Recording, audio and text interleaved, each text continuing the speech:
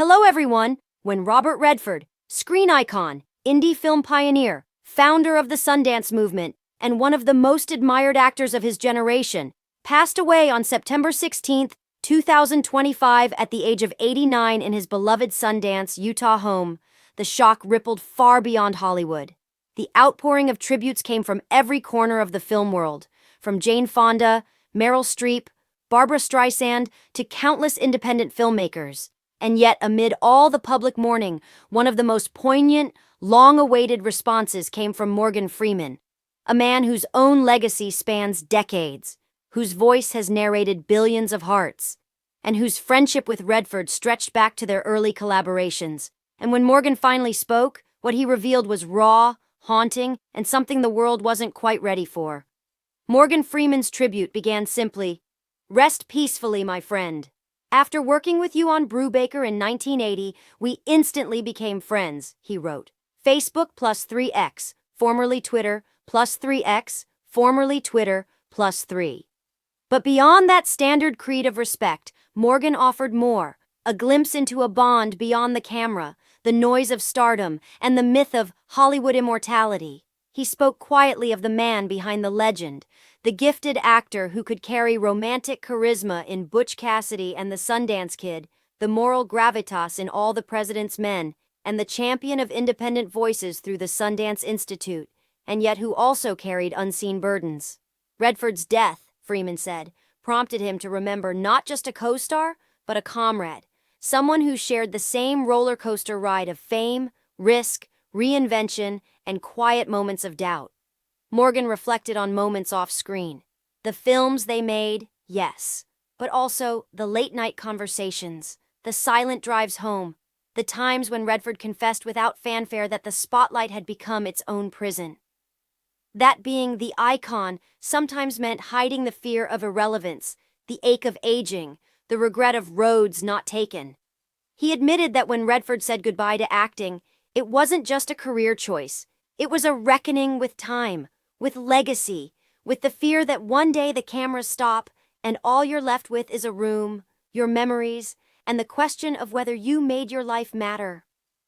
Morgan's words painted a picture of Redford not only as the cool blonde hero or the rugged director, but as a man who asked himself, did I fight for the stories worth telling? Did I leave the world better than I found it? Questions many of us avoid. He reminded us how Redford founded Sundance not for vanity, but because he believed fiercely that independent voices mattered, that creators beyond the studio lens should have a platform, and he lamented that his friend's passing takes with it not just an actor, but a dream maker. Morgan revealed something almost shocking, that in the weeks before his death, Redford had grown quiet, introspective, and that he had reached out to more friends than the public knew. Not to network, but to say thank you. Not to boast, but to be seen as human. He wasn't preparing for death, Freeman said. He was preparing for what comes after. And because of that, Morgan urged us to look beyond the tributes and the clips, to notice that when Redford died, the screen got darker first, and then his absence got louder. He asked fans and fellow artists alike to remember that Redford didn't just give us performances, he gave us standards. He gave us trust in independent art. He gave us hope that one man's vision could shift an industry. Morgan's reflections weren't just about loss, they were about responsibility. He challenged viewers. Now that Bob's gone, what will we do with the platform he built? What will we tell with it?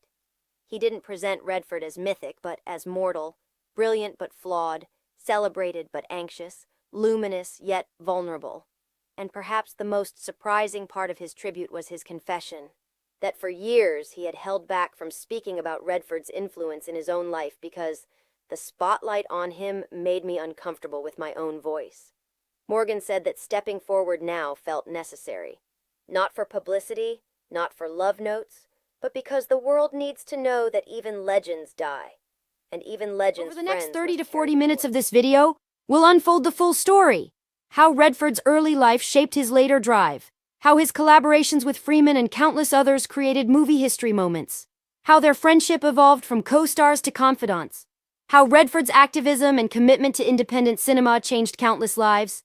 How Morgan's own reflections now add a new layer of meaning to his legacy.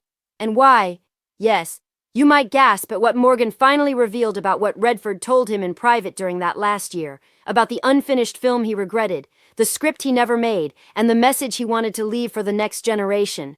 It's a story not just of sorrow, but of a challenge. To listen when icons speak, to remember that their lives weren't just public spectacle, and to carry forward what they began. Because Morgan Freeman, in his sorrow and his tribute, isn't simply saying goodbye to Robert Redford, he's issuing a call. A call to remember, a call to act, and a call to rise. And if you're ready for it, well, try not to gasp. Thanks for watching.